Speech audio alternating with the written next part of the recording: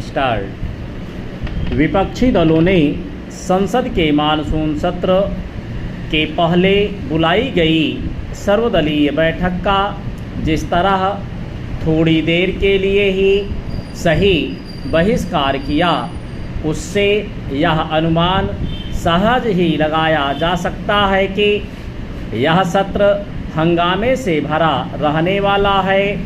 विपक्षी दलों ने सर्वदलीय बैठक का बहिष्कार इसलिए किया क्योंकि इस बैठक में तृणमूल कांग्रेस से अलग हुए गुट को भी बुलाया गया था।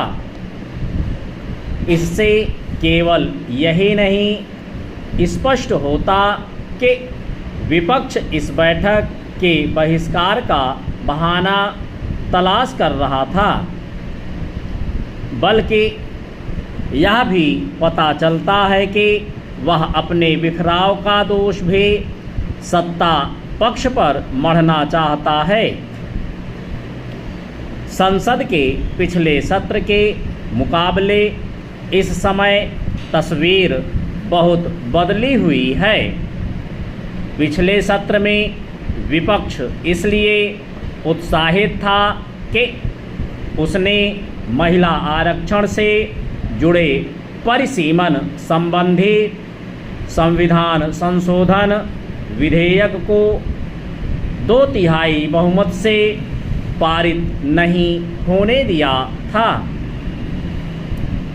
इस विधेयक के पारित न होने से विपक्ष की एकजुटता को बल मिला था, लेकिन अब स्थिति बदल चुकी है और इसके लिए विपक्षी गठबंधन के नेतृत्व का दावा करने वाली कांग्रेस भी जिम्मेदार है।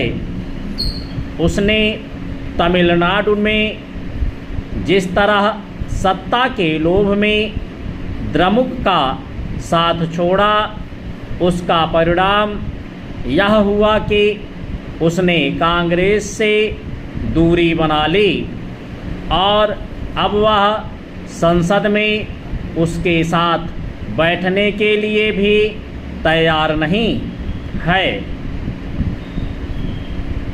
यदि यह मान भी लिया जाए कि पश्चिम बंगाल में पराजय के बाद तृणमूल कांग्रेस में बिखराव भाजपा के समर्थन और प्रोत्साहन से हुआ, तो इसका जवाब तो कांग्रेस को ही देना होगा कि तमिलनाडु में उसका सबसे करीबी सहयोगी दल उससे क्यों छिटक गया।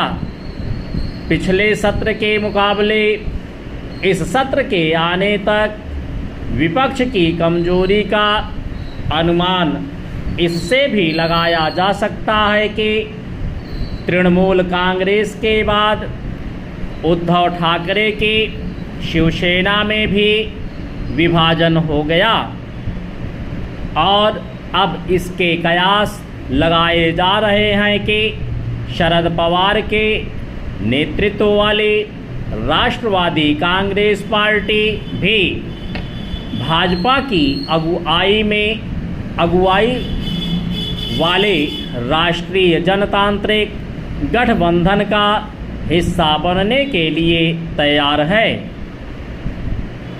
चंद कुल मिलाकर इस समय विपक्ष न केवल बिखरा हुआ दिख रहा है, बल्कि हताश एवं निराश भी।